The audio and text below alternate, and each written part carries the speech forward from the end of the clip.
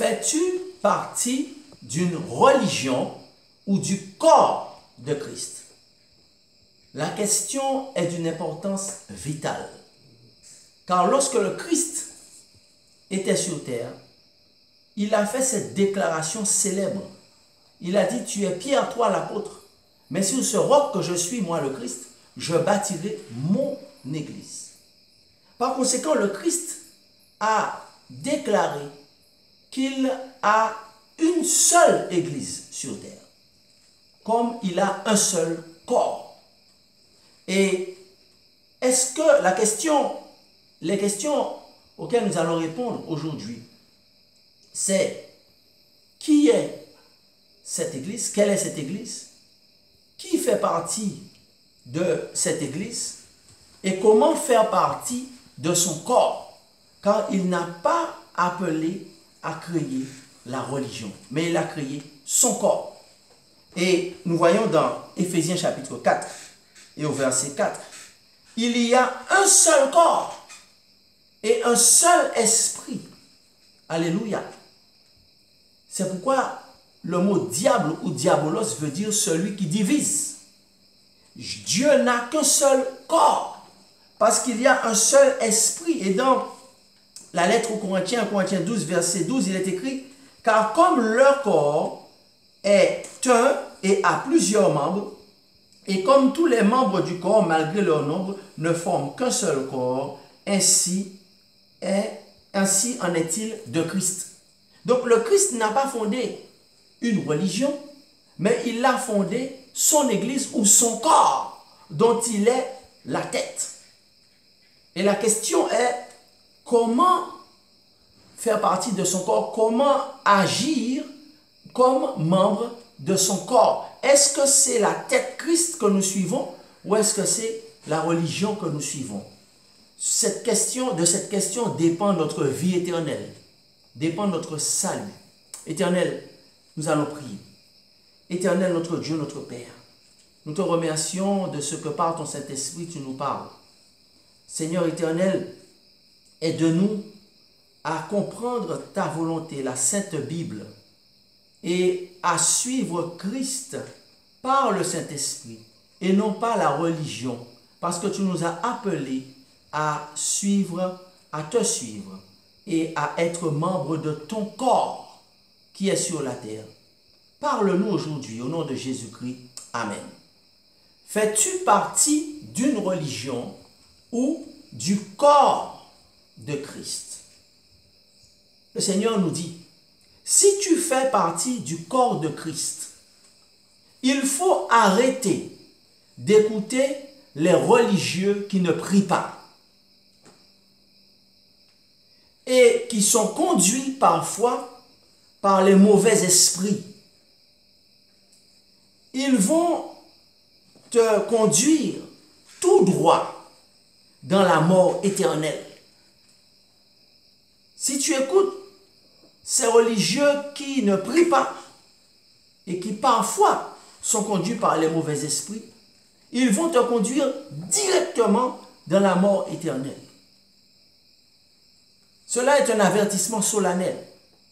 D'ailleurs, le Christ, qui est la tête du corps, et on sait bien qu'un corps n'a qu'une seule tête, même la nature nous l'enseigne, avait déjà eu à affronter ce problème de son vivant sur terre, où il avait mis en garde ses contemporains de suivre les religieux et non pas de le suivre lui.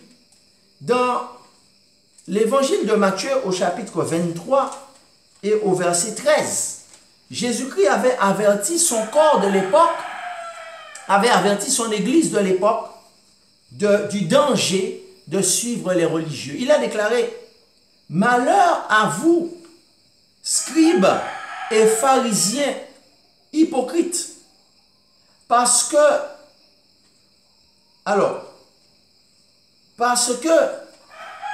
vous fermez aux hommes. » Matthieu 23, verset 13. « Parce que vous fermez aux hommes le royaume des cieux. Vous n'y entrez pas vous-même et vous n'y laissez pas entrer ceux qui veulent entrer.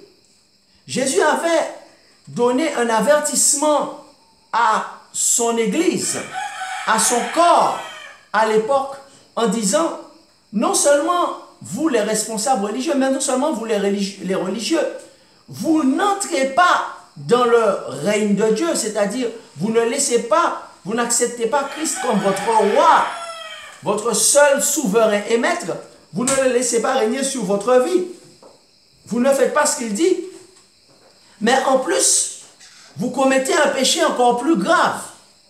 Il dit, malheur à vous, scribes et pharisiens hypocrites, parce que vous fermez aux hommes le royaume des cieux. Non seulement vous, il dit, vous n'y entrez pas vous-même, et vous n'y laissez pas entrer tous ceux qui veulent entrer. Quel avertissement! Jésus dit, vous fermez le royaume, vous fermez aux hommes le royaume des cieux. Ça veut dire que quand les hommes viennent pour vous poser des questions concernant le règne de Dieu, concernant la volonté de Dieu, vous, non seulement vous n'acceptez pas de le faire, mais en plus, vous fermez le royaume de Dieu aux hommes. Vous leur dites de ne pas le faire. C'est déjà suffisamment grave que vous et votre famille, vous ne le fassiez pas, que vous n'acceptiez pas que votre femme le fasse, c'est-à-dire d'entrer dans le règne de Dieu, que vous n'acceptiez pas que votre fille le fasse, que votre fils le fasse, que votre belle-fille le fasse, mais en plus, vous dites aux autres de ne pas le faire et de ne pas être dans le règne de Dieu. Déjà à l'époque, Jésus-Christ avait mis en garde contre ceci qui amenait malheureusement le corps de Dieu à la mort éternelle. Si on l'écoute, alors ils vont te conduire tout droit dans la mort éternelle. Ces personnes, si tu fais partie du corps de Christ, alors que ton chef est Jésus-Christ, il veut te donner la vie éternelle. Si, et seulement si, tu te laisses conduire par le Saint-Esprit de Dieu. Alléluia. Amen. Donc il n'est pas question de se laisser conduire par un homme ou une femme ou par l'homme, mais il s'agit de se laisser conduire par le Saint-Esprit de Dieu. Alléluia. Comment? Alors nous voyons cela dans, Jésus l'a dit dans Jean chapitre 14, l'évangile de Jean au chapitre 14 et au verset 15. Jésus a dit, si vous m'aimez, si vous comprenez que je vous aime et que je suis mort pour vous sur la croix, gardez mes commandements. Pas seulement les 10 commandements, mais tous les commandements qu'il a donnés autour. L'amour pour Dieu, l'amour pour son prochain. Il dit, si vous m'aimez, gardez mes commandements. Tous mes commandements. Et il continue, il dit, et moi, alors comment se laisser conduire par le Saint-Esprit de Dieu? Il dit, et moi, je prierai le Père, et il vous donnera un autre consolateur afin qu'il demeure éternellement avec vous. Ça veut dire que le consolateur, eh bien, c'est le Saint-Esprit qui va vous aider à garder les commandements de Dieu. Si vous vous laissez conduire par lui, il vous donnera la vie éternelle. C'est l'Esprit de vérité, Jean 14, verset 17, que le monde ne peut recevoir parce qu'il ne le voit point et ne le connaît point. Mais vous le connaissez, car il demeure avec vous et il sera en vous. Alléluia. Donc Jésus dit que si tu veux, Dieu veut te donner la vie éternelle si tu te laisses conduire par le Saint-Esprit. Alléluia. Donc, comment faire pour se laisser conduire par le Saint-Esprit? Eh bien, pour se laisser conduire par le Saint-Esprit, nous devons faire comme les Juifs qui étaient à Bérée. Nous devons faire comme les Béréens. N'est-ce pas? Les Béréens il faut consulter, nous devons faire comme les Béréens, c'est-à-dire consulter, étudier, vérifier dans la Bible avant de croire et d'accepter. Lorsque les responsables religieux nous disent quelque chose, nous devons faire comme les Béréens, comme les Juifs qui étaient à Bérée, c'est-à-dire que nous ne devons pas oublier que la tête de l'Église n'est pas un homme, que c'est le Christ, et que nous devons nous laisser conduire par son représentant qui est le Saint-Esprit de Dieu. Donc, nous devons consulter le Saint-Esprit lorsque nous entendons les responsables religieux parler. Nous devons consulter le Saint-Esprit. Comment? En étudiant la Bible, en vérifiant par nous-mêmes, en allant en profondeur, en regardant différentes versions de la Bible. N'est-ce pas? En vérifiant avant de croire et d'accepter. Notre démarche à suivre n'est pas d'aller demander à un religieux. Notre démarche à suivre n'est pas d'aller demander à un religieux ce qu'il pense.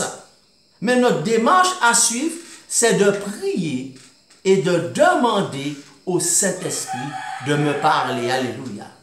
Quelle est la démarche que nous devons suivre? Ce n'est pas d'aller demander à un religieux, mais c'est de prier et de demander au Saint-Esprit de me parler. Alléluia. Si nous faisons partie du corps de Christ, nous devons arrêter d'écouter les religieux qui ne prient pas. Mais nous devons plutôt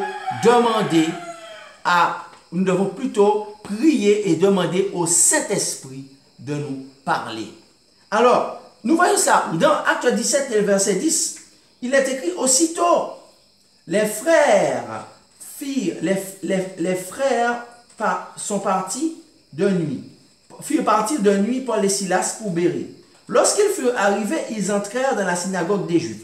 Ces Juifs, Acte 17, verset 11, avaient des sentiments plus nobles que ceux de Thessalonique. La Bible dit qu'ils avaient des sentiments plus nobles que ceux de Thessalonique.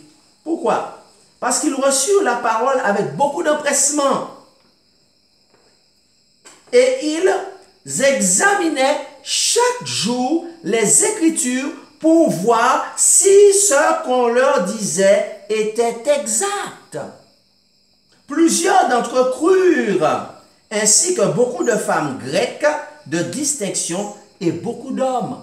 Donc beaucoup de Juifs de Thessalonique ont cru, beaucoup de Juifs de Bérée ont cru, de même que beaucoup de Grecs qui étaient des hommes distingués, des hommes de la haute société et des femmes de distinction. Pourquoi? Parce qu'ils ont consulté le Saint-Esprit. Ils allaient dans la Bible, ils priaient, ils demandaient à Dieu de leur montrer si ce qu'ils avaient entendu était exact. C'est cela lorsqu'on fait partie du corps de Christ. On ne suit pas la religion, mais on suit le corps de Christ. Alors, que se passe-t-il? Beaucoup de prières ne sont parfois pas exaucées. Parfois nous prions pendant des jours, parfois pendant des mois, parfois pendant des années, et nous n'avons pas d'exaucement à nos prières. Dieu ne répond pas à nos prières. Que se passe-t-il? Pourquoi? Ne serait-il pas parce que les personnes ne sont pas dans les conditions bibliques pour être exaucées? Beaucoup de prières ne sont pas exaucées. Dieu n'est pas sourd. Au contraire, Dieu est amour, n'est-ce pas? Donc, ne serait-ce pas parce que les personnes ne sont pas dans les conditions bibliques de l'exaucement? Puisqu'il est écrit, si tu détournes l'oreille, si tu détournes tes oreilles pour ne pas écouter ma voix, dit le Seigneur, ta prière même est une abomination. Il est écrit dans le livre de Proverbes 28 au verset 9, si quelqu'un détourne l'oreille pour ne pas écouter la loi, la volonté de Dieu, le commandement de Dieu, eh bien, sa prière même est une abomination. Cela veut dire qu'il y a des conditions pour que nos prières soient exaucées. N'est-ce pas? Donc, par conséquent, beaucoup de personnes prient et leurs prières ne sont pas exaucées. Alors, comment faire pour que nous soyons dans les conditions pour que Dieu puisse exaucer nos prières? Nous voulons faire partie du corps de Christ sur la terre. Le Christ a un seul corps, n'est-ce pas? Parce que la nature nous enseigne qu'un corps a une seule tête. a une seule tête.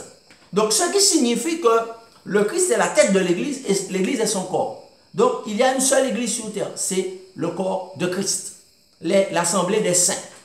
Maintenant, comment être sûr que nos prières seront exaucées, que nous allons être dans les conditions bibliques de l'exaucement de nos prières? Il est écrit, la voix du Seigneur te dit, dans 1 Corinthiens chapitre 11 et le verset 4 et 5. Tout homme qui prie ou qui prophétise la tête couverte déshonore son chef. On a vu que dans 1 Corinthiens 11, le Seigneur nous montre comment les hommes et les femmes doivent se tenir dans les assemblées religieuses. Il est écrit sur la tenue de la femme dans les assemblées religieuses. Et le texte montre aussi, l'apôtre Paul aussi, sous l'inspiration du Saint-Esprit, Dieu est en train de montrer quel est l'ordre universel dans l'univers. Ok? Quel est l'ordre universel? On voit qu'il dit, je veux cependant que vous sachiez, 1 Corinthiens 11 et le verset 3, que Christ est le chef de tout homme, et que l'homme est le chef de la femme, et que Dieu est le chef de Christ. Est-ce une question de culture, ce qui se passe dans 1 Corinthiens 11? Est-ce que c'est une question culturelle, le fait que Dieu soit le chef de Christ? Cela n'a rien à voir avec la culture. Est-ce que c'est une question culturelle que l'homme est la tête de la femme? Cela n'a rien à voir avec la culture, puisque Dieu dit, pourquoi? Il dit parce que l'homme a été créé avant. Est-ce une question culturelle que Christ est le chef de l'homme? Pas du tout. Donc on voit bien qu'il n'y a rien de culturel dans ce texte de Corinthiens 11, mais qu'il est plutôt question de l'ordre cosmique et que Dieu est un Dieu d'ordre et que Dieu veut montrer comment faire pour pouvoir être en relation avec lui, en bonne relation avec lui, et comment faire pour pouvoir avoir l'exaucement à nos prières. Alors il dit que tout homme qui prie ou qui prophétise la tête couverte déshonore son chef. Donc il dit déjà, si tu veux t'adresser à ton chef, toi homme chrétien, tu dois te découvrir la tête. Et ça, tout le monde est d'accord avec cela, n'est-ce pas? Mais ce qui pose plutôt un problème, c'est la suite du texte qui dit, toute femme au contraire. Qu'est-ce que cela veut dire au contraire? En français, ça veut dire que c'est l'opposé. Toute femme au contraire qui prie et qui prophétise la tête non voilée déshonore son chef. C'est comme si elle était rasée. 1 Corinthiens 11 et le verset 5. Donc, il dit que, en effet, eh bien, toute femme, au contraire, n'est-ce pas, lorsqu'elle prie, c'est pas à tout moment de la journée. Non, c'est lorsqu'elle prie et lorsqu'elle prophétise, la tête non voilée, elle déshonore son chef. C'est comme si elle était rasée. Alors, s'il dit c'est comme si elle était rasée, ça veut dire qu'elle n'est pas rasée. Donc, on comprend bien que la chevelure n'est pas le voile, puisqu'elle a ses cheveux, n'est-ce pas? Et il dit que sa tête n'est pas voilée, alors elle déshonore son chef. Donc là, tout de suite, on élimine l'argument que la chevelure, c'est le voile. On a vu la dernière fois que, eh bien, la Bible n'a pas été écrite en français et qu'au verset 15, quand il parle de la chevelure, il dit qu'il utilise un autre terme grec qui n'est pas le même qu'au verset 5 qu'on vient de lire. Donc, c'est un argument qui est tout de suite évacué, puisque si elle n'est pas rasée, elle a des cheveux et elle n'est pas voilée, ça veut dire que la chevelure n'est pas le voile. Donc, femme chrétienne, si tu rejettes le fait qu'une femme doit se voiler lorsqu'elle prie, alors tu dois aussi rejeter la Sainte Seine, que Paul appelle le repas du Seigneur, qui est dans le même chapitre. Si tu es dans une logique de dire que je rejette le fait qu'une femme se voile quand elle prie, je n'accepte pas de me voiler quand je prie, si je suis une sœur. Ou toi, homme de Dieu, tu dis non, je rejette ce commandement de Dieu qui dit qu'une femme doit se couvrir la tête, se couvrir les cheveux, soyons précis, se couvrir les cheveux lorsqu'elle prie. Alors tu dois aussi rejeter la Sainte Seine. puisque la Sainte Seine est dans le même chapitre. Et Paul l'appelle le repas du Seigneur. Comment peux-tu accepter le repas du Seigneur et déclarer que c'est un commandement? Tu n'as aucun problème à dire que c'est un commandement. Tu dis que c'est un commandement du Seigneur et que si on n'applique pas ce commandement-là, on ne sera pas sauvé. Nos péchés ne seront pas pardonnés. Dieu ne répondra pas à nos prières. Alors pourquoi est-ce que tu ne rejettes pas la Sainte Seine et que tu dis qu'il faut la faire régulièrement, ou tu ne rejettes pas la Sainte Communion, que Paul appelle le repas du Seigneur, et pourtant tu rejettes dans le même discours, dans le même exposé, l'autre commandement qui dit qu'un homme ne doit pas se couvrir la tête et qu'une femme doit se couvrir la tête lorsqu'elle prie. Dans ce cas-là, c'est aussi un commandement et il ne faut pas le rejeter. C'est pourquoi nous avons lu tout à l'heure dans Jean chapitre 14, en effet, que si vous m'aimez, dit Dieu, gardez mes commandements. Pas garder certains commandements, mais gardez tous mes commandements. Et on voit que le peuple de Dieu, dans Apocalypse 14, on a vu que le peuple de Dieu va garder tous les commandements de Dieu et à la foi de Jésus. Donc toi, homme de Dieu, membre du corps de Christ, la Bible te dit que c'est une gloire pour la femme d'avoir les cheveux longs, car sa chevelure, c'est sa beauté. C'est ce que l'on voit dans 1 Corinthiens 11 et le verset 15. Il dit que c'est une gloire pour la femme de porter des cheveux longs, car c'est sa beauté. Mais que c'est une honte, au verset 14, la nature même ne vous enseigne-t-elle pas que c'est une honte pour l'homme de porter des cheveux longs? Toi, homme de Dieu, n'est-ce pas? C'est une honte pour l'homme d'en porter des cheveux longs. Donc, coupe-toi les cheveux si tu ne veux pas ressembler à une fille. Si tu ne veux pas ressembler à une sœur en Christ, coupe-toi les cheveux longs. Puisque la Bible te dit que c'est une honte, 1 Corinthiens 11, verset 14, pour un homme de porter des cheveux longs. Là encore, Dieu nous donne des indications sur comment le rapport à l'autorité qui est Dieu, le rapport à être un membre, à être un corps, un membre du corps, et que nous devons suivre sa volonté. Alors, si tu veux être dans une vie chrétienne sanctifiée, cher chrétien, chère chrétienne, Jésus t'invite à mourir à soi-même. Dans Marc chapitre 8 et au verset 34, il est écrit dans Marc chapitre 8 et au verset 34, la parole de Dieu nous dit ceci. Il dit, si quelqu'un veut venir après moi, dit Jésus, qu'il renonce à lui-même et qu'il se charge de sa croix et qu'il me suive. N'est-ce pas? Car il dit, il faut mourir à soi-même. Car celui qui voudra sauver sa vie la perdra, mais celui qui perdra sa vie à cause de moi, de la bonne nouvelle, la sauvera. Et que sert-il un homme de gagner tout le monde s'il perd son âme? Que donnerait un homme en échange de son âme? Car quiconque aura honte de moi et de mes paroles au milieu de cette génération adultère et pécheresse, le Fils de l'homme aussi aura honte de lui quand il viendra dans la gloire de son Père avec les saints anges. Donc le Seigneur nous dit de ne pas avoir honte de faire sa volonté, de ne pas nous sentir gênés parce que la majorité ne fait pas la volonté de Dieu, de ne pas avoir honte parce que la majorité ne veut pas se tenir correctement dans la prière. Parce que nous sommes la minorité, nous ne devons pas avoir honte, parce qu'il dit que si nous avons honte de lui, il aura aussi honte de nous. Donc ainsi, le Seigneur nous dit dans Romains 6, verset 6 à 8, qu'il faut mourir à soi-même. Ainsi, arrête de vouloir, cher chrétien, de vouloir montrer à tout prix ta chevelure, la longueur de tes cheveux. Chère chrétienne, arrête de vouloir montrer à tout prix ta chevelure, ta beauté dans la présence de Dieu.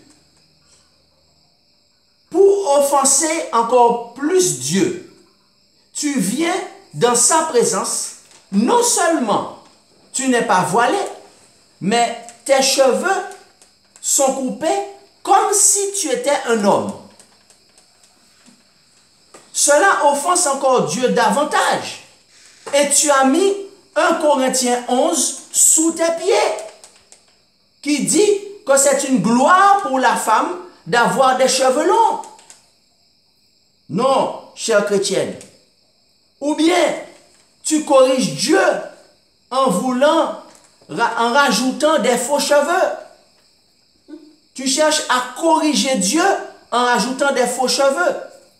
Tout ce qui est faux, Dieu n'est pas dedans.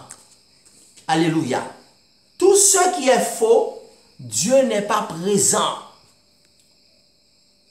Tout ce qui est faux, Dieu n'est pas dedans, car Dieu est vrai.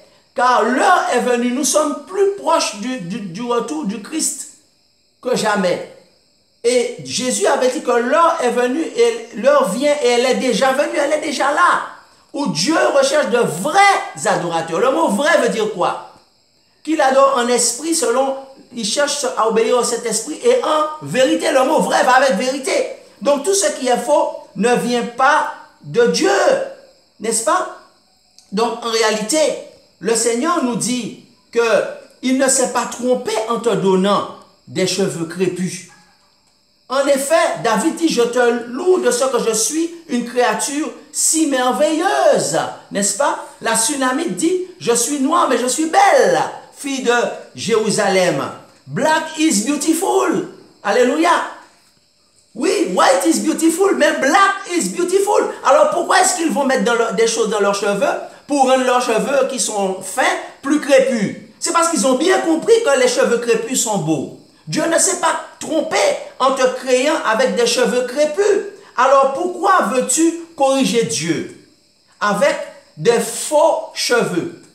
En effet, tout cela ne vient pas de Dieu. Et le Seigneur nous dit que tu ne dois pas suivre la foule, suivre le diktat de la mode, suivre les conseils des religieux qui sont inspirés par les mauvais esprits, ou les conseils des parents, les conseils des amis dans ce domaine, parce qu'au dernier jour, lors de ta résurrection, ils ne seront pas là pour faire face avec le Christ. C'est toi qui vas faire face avec le Christ, et c'est le Christ qui va te dire, écoute, est-ce que tu es comme je t'ai créé? Est-ce que tu n'as rien de faux sur toi? Des faux seins, des fausses fesses, tout est faux, fausses lèvres, fausses paupières, pommettes, tout est faux. Non, Dieu va dire, c'est pas comme ça que je t'ai créé.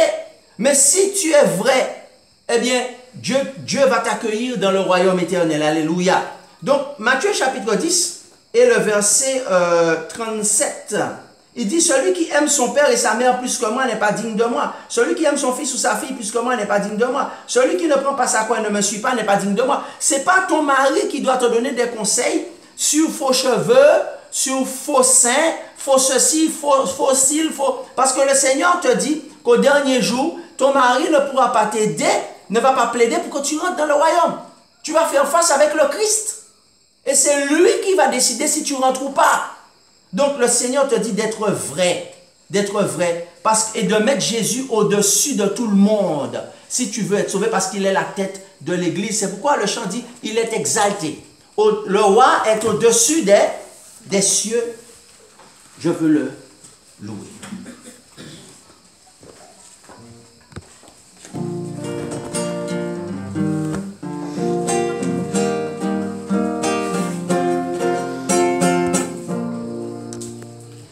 Il est exalté, le roi est au-dessus des cieux. Je veux le louer, il est élevé à jamais, exalté, et je loue son saint nom. Il est Seigneur, sa vérité régnera. Tout l'univers se réjouit en son saint nom. Il est exalté, le roi est au-dessus des cieux. Il est exalté, le roi est au-dessus des cieux. Je veux le louer, il est élevé à jamais, exalté, et je loue son saint nom. Il est Seigneur, sa vérité